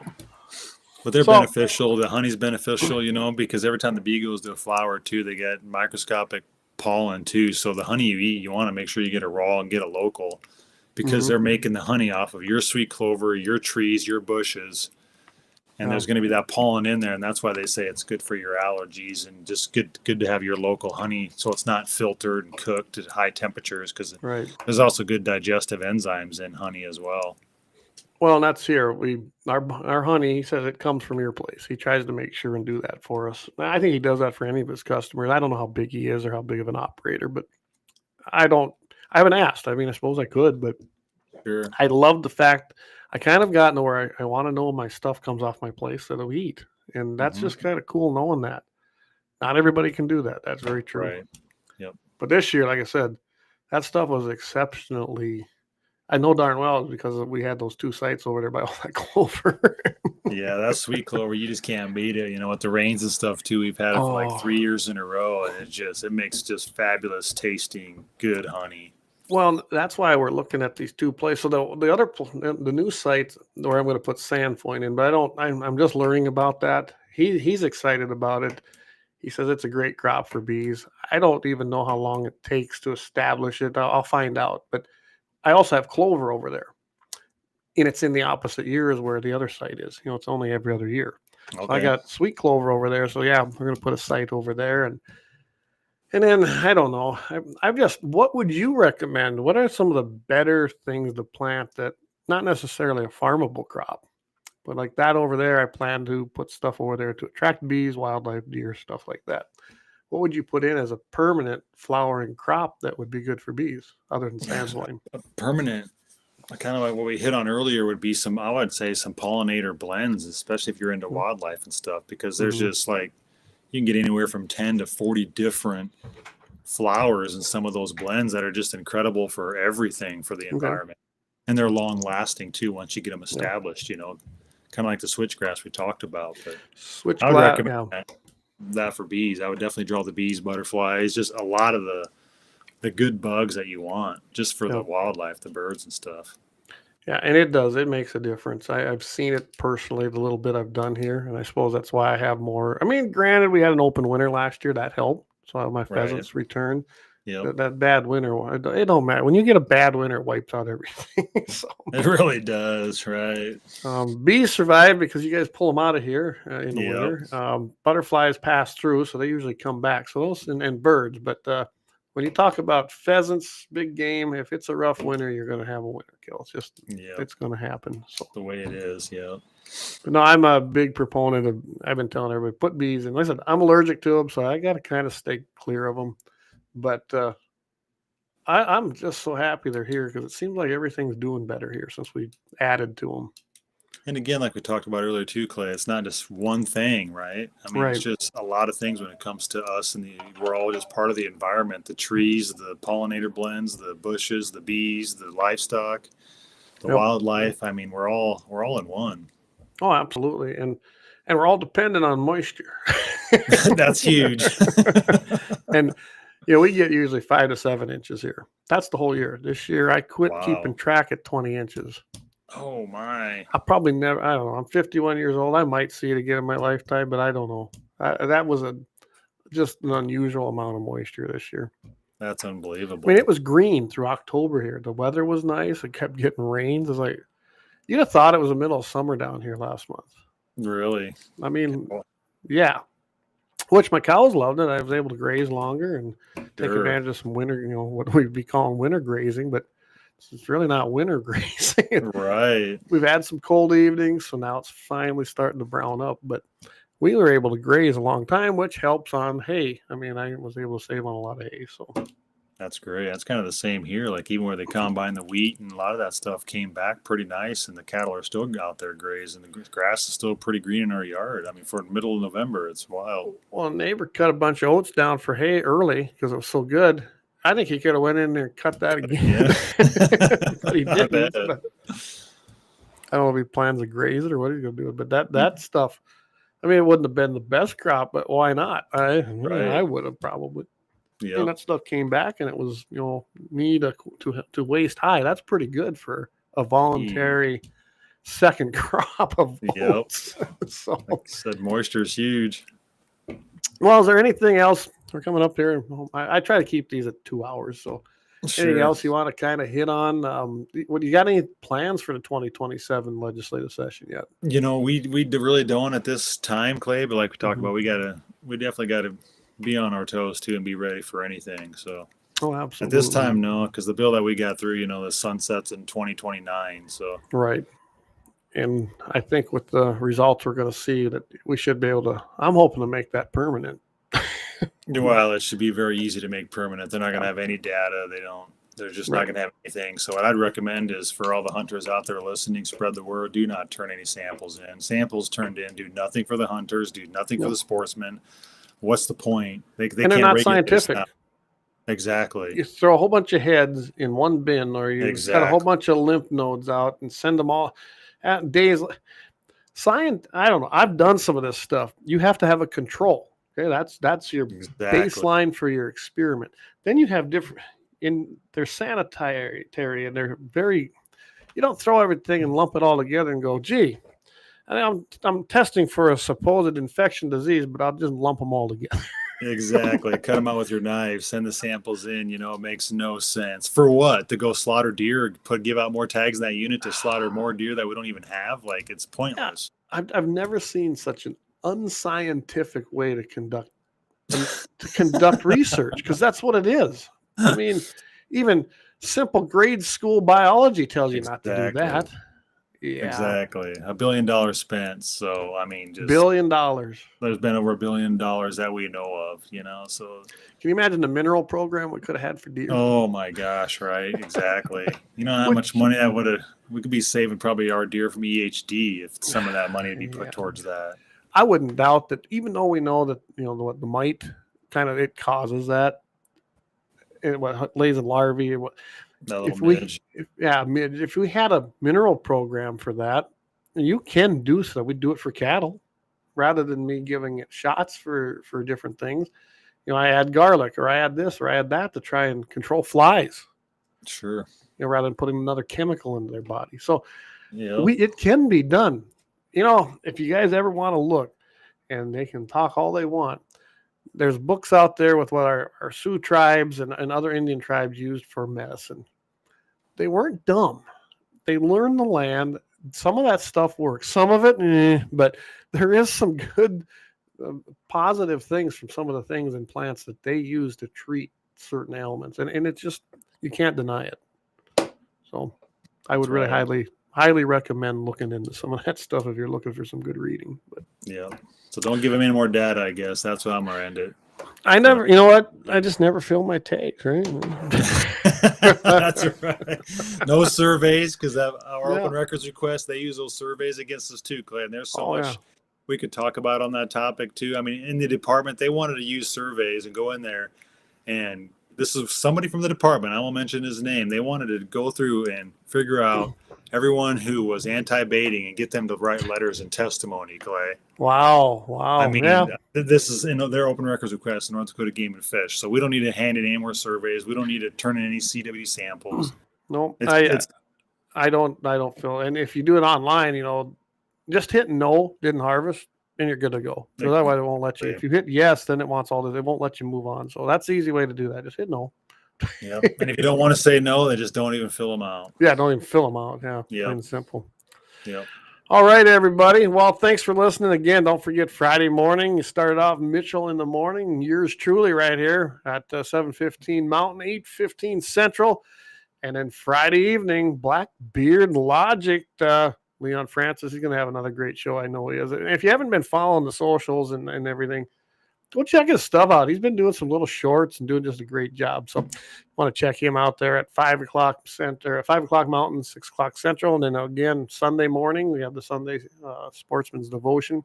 And that starts at 7 o'clock Mountain Time, 8 o'clock Central. You don't want to miss that with Vance Bishop. So with that, everybody, thank you very much for tuning in. It was another great episode. Dusty, thank you. I thought this was a great show, and we were winging it. We really were, but I guess we kind of know what we're talking about. Appreciate it, Clay. Hey, we'll make a good team. Thanks, everybody, for listening, too. Appreciate y'all. All right, guys, keep your powder dry, and we'll catch everybody here next week.